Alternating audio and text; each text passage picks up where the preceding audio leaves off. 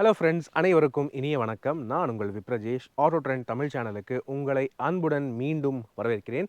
இன்றைக்கி இந்த வீடியோவில் நம்ம வந்து ரோட் சேஃப்டி அவேர்னஸ் ரீதியாக don't drive under the influence, அதாவது போதையில் வண்டி ஓட்டாதீர், அதை பற்றி தான் பேச போகிறோம். ஏன், எதுக்காக, என்ன டைப் ஆஃப் அவாய்டன்ஸ் எடுத்துக்கலாம், ஆல்டர்னேட்டாக வந்து என்னென்ன டிரான்ஸ்போர்ட் நீங்கள் வந்து சூஸ் பண்ணலாம், அதை பற்றி பேச போகிறோம். ஸோ வாங்க உள்ளே போகலாம். Always drive safe, be safe. நம்ம சேனல் உங்களுக்கு ரொம்ப பிடிச்சிருந்துச்சுன்னா அவசியம் சப்ஸ்கிரைப் பண்ணுங்கள். இந்த வீடியோ உங்களுக்கு ரொம்ப பிடிச்சிருந்துச்சுன்னா அவசியம் லைக் அண்ட் ஷேரும் பண்ணுங்கள். Drive safe. இப்போ வாங்க உள்ளே போகலாம்.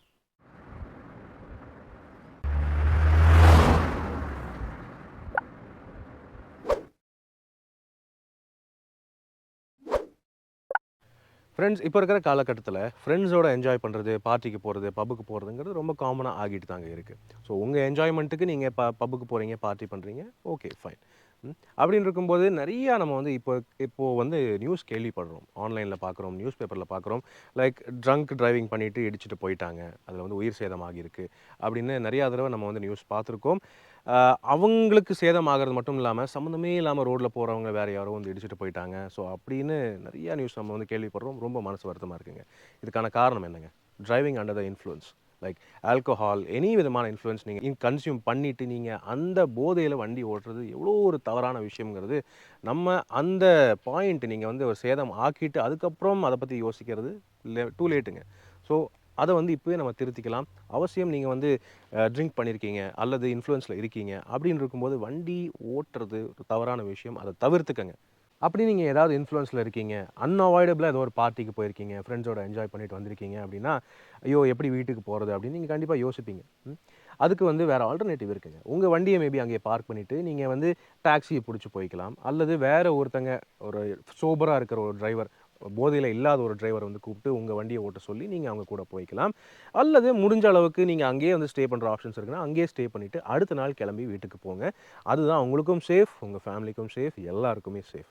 ஸோ அதாவது நீங்கள் தவிர்த்துக்கிறது மட்டும் இல்லாமல் அவசியம் உங்களுக்கு தெரிஞ்சு வேறு யாராவது இப்படி பண்ணுறாங்க, இன்ஃப்ளூயன்ஸில் வண்டி ஓட்ட ட்ரை பண்ணுறாங்க, வண்டி எடுக்கிறாங்க, நான் வண்டி ஓட்டுறேன்டா அப்படின்னு சொல்லிட்டு சேலஞ்சாக எடுத்து போகிறாங்கன்னா அதை தயவுசெய்து அவாய்ட் பண்ணுங்கள். அவங்கள கம்பல்சரியாக வண்டி எடுக்க அலோவ் பண்ணாதீங்க.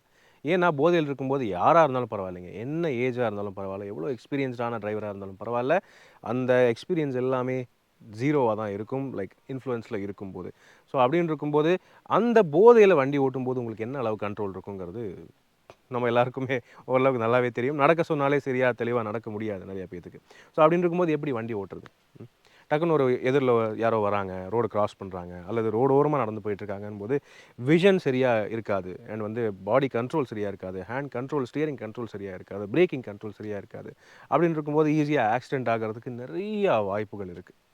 அவசியம் தயவு செய்து எனி இன்ஃப்ளூயன்ஸ், ஆல்கஹால் மட்டும் இல்லை, எனி இன்ஃப்ளூயன்ஸ் நீங்கள் வந்து இருக்கீங்க அப்படின்னா வண்டி எடுத்து ஓட்டாதீங்க. சக மனிதர்களுக்கு தயவு செய்து கொஞ்சம் கன்சிடரேஷன் பண்ணுங்கள்.